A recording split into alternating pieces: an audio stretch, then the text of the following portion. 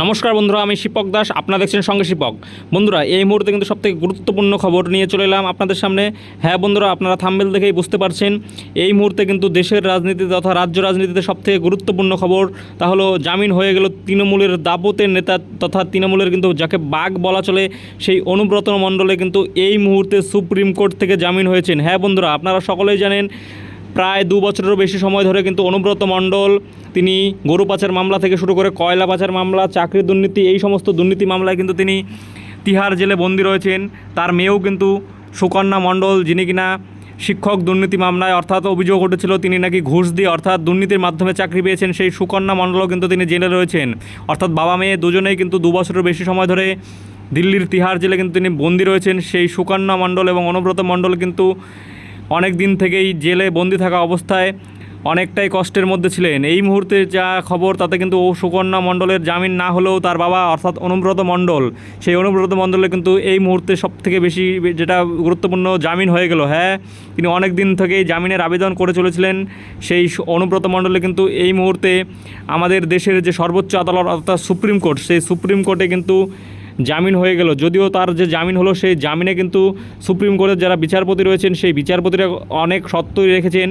সত্যগুলির মধ্যে সবথেকে বেশি গুরুত্বপূর্ণ যেটি হলো তা হলো অনুব্রত মণ্ডলকে এই জামিন পাওয়ার পর যেগুলো সবথেকে মাথায় রাখতে হবে তা হলো অনুব্রত মণ্ডলকে অবশ্যই সিবিআইয়ের যে তদন্ত সেই তদন্তে কিন্তু তাকে সহযোগিতা করতে হবে। অর্থাৎ সিবিআই যে তদন্তে তাকে প্রশ্ন করবেন সেই সমস্ত প্রশ্নে কিন্তু সঠিক প্রশ্নোত্তর দিতে হবে সেই অনুব্রত মণ্ডলকে। এছাড়াও অনুব্রত মণ্ডলের যে পাসপোর্ট রয়েছে সেই পাসপোর্ট সিবিআইয়ের কাছে জমা রাখতে হবে।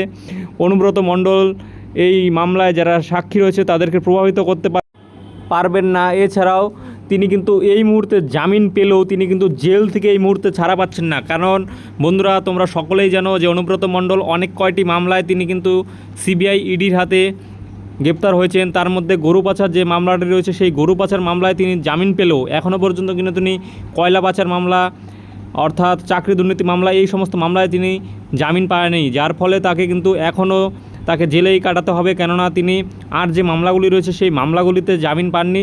যদি সেই মামলাগুলিতে জামিন পায় তারপরেই কিন্তু তিনি জেল থেকে ছাড়া পাবেন, অর্থাৎ তার কিন্তু এখনই জেল যাত্রার অবসান হচ্ছে না। হ্যাঁ বন্ধুরা, তিনি একটি মামলায় জামিন পেয়েছেন কিন্তু তিনি আর যে সমস্ত মামলাগুলি রয়েছে সেই সমস্ত মামলায় কিন্তু তিনি জামিন পায়নি। কিন্তু যদিও এরপরও মনে করা হচ্ছে যে অনুব্রত মণ্ডলের এই জামিন পাওয়ার ফলে তার যে অন্যান্য মামলাগুলি রয়েছে সেই মামলাগুলিতে কিন্তু অনুব্রত মণ্ডলের অনেকটাই সুবিধা হয়ে গেল জামিন পাওয়ার ক্ষেত্রে। কেননা তিনি যে অনেক দিন থেকেই অসুস্থ রয়েছেন, সেই অসুস্থতার কিন্তু তিনি অজুহাতে কিন্তু তিনি অনেকবার সুপ্রিম কোর্টে তিনি মামলা ফাইল করেছিলেন যে তাকে জামিন দেওয়া হোক, তার অসুস্থতা রয়েছে। এই কারণে কিন্তু অনুব্রত মণ্ডলের মামলা কিন্তু শুনানি আজকে ছিল। সেই শুনানিতে কিন্তু আজকে সুপ্রিম কোর্ট ইতিমধ্যেই তার শুনানিতে বলে দিয়েছে অনুব্রত মণ্ডলকে শর্ত সাপেক্ষে জামিন দেওয়া হলো। হ্যাঁ বন্ধুরা, অনুব্রত মণ্ডল কিন্তু সুপ্রিম কোর্ট শর্ত সাপেক্ষে জামিন দেওয়া হলো। যদিও সুপ্রিম কোর্ট বলে দিয়েছে যে অনুব্রত মণ্ডল যদি যা সুপ্রিম কোর্টের যে শর্ত সেই শর্তগুলি যদি না মানে তাহলে কিন্তু